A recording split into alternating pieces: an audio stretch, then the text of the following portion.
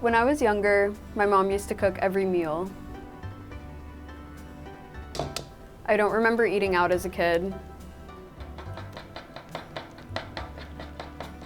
Watching her cook in the kitchen was a huge part of my childhood. She would sort of dance with the ingredients. It was rhythmic.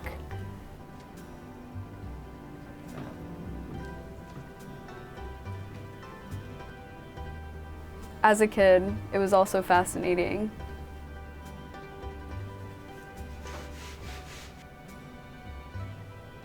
I paid really close attention to her movements, and I'm glad that I did because today I get to make them myself.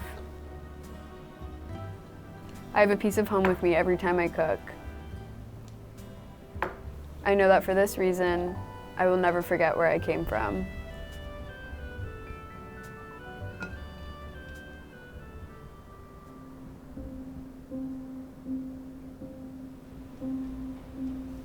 I was born in Venice, Italy in 1998. My memory of it has faded, but I imagine it was wonderful. I fantasize about it often. I'm a dreamer, literally and mentally.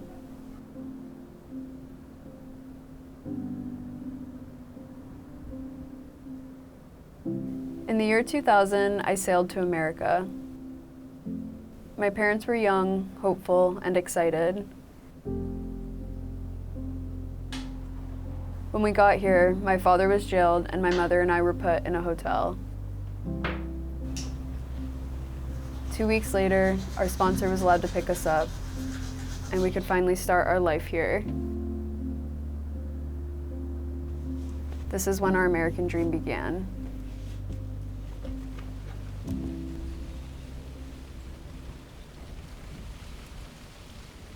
I don't remember much of my childhood, but I do remember feeling like an outlier. It was impossible to form connections as a kid who couldn't speak English. My family and I stood out. We weren't yet a part of American culture. I always held a sense of confusion during this time. Why couldn't we fit in? It was isolating. As I got older, I became more Americanized.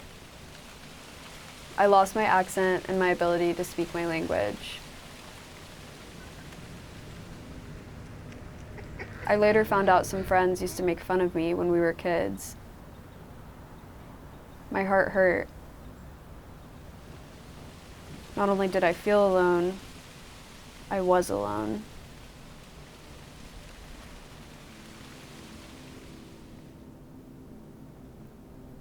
When my parents told me I was an undocumented immigrant, I immediately understood what that meant. The sense of duality I'd long carried and the unsureness of my identity became the most clear. Now, I worried what people would think if they knew I wasn't a citizen. I did everything I could and more to fit in. I lived in fear, unsure of who I was supposed to be. I lost my culture and a part of myself in that process. I lost who I truly was while successfully blending in.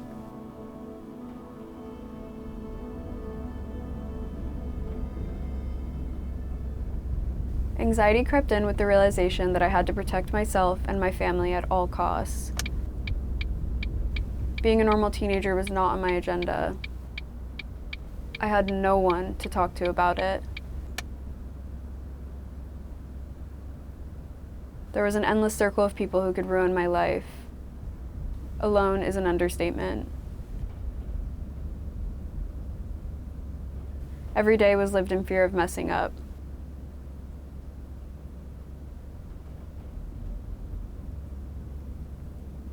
While my anxiety screamed at me to skip class and spend days in bed, I had to keep going. I had to be the perfect American.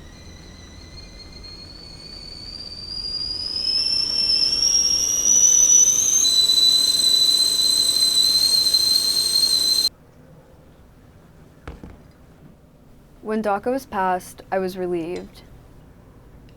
A weight had been lifted. It meant there was hope for the future.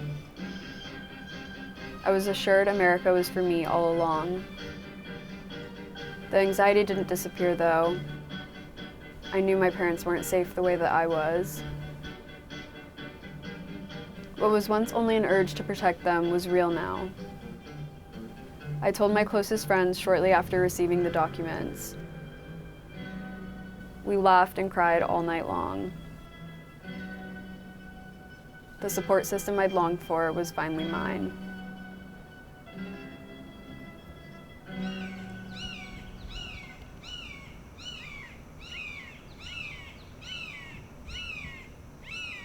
In recent years, I started practicing yoga and meditation.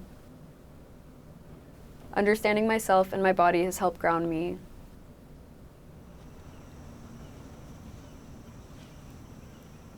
Each day, I get a moment of peace as I settle into a meditation.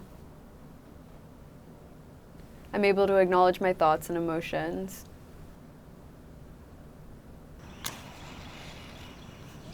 I'm closer to myself than I ever have been. I also write a lot, any style really. It's my form of therapy. I'm still a bit pessimistic, still scared and anxious, but I'm finally able to breathe. I finally learned who I was, who I am. I'm just another person living in this world.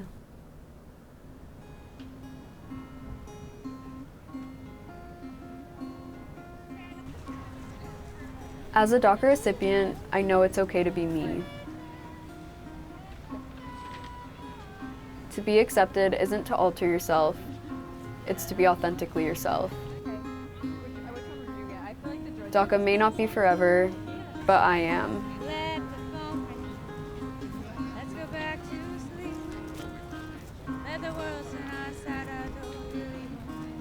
We'll keep fighting because we belong here.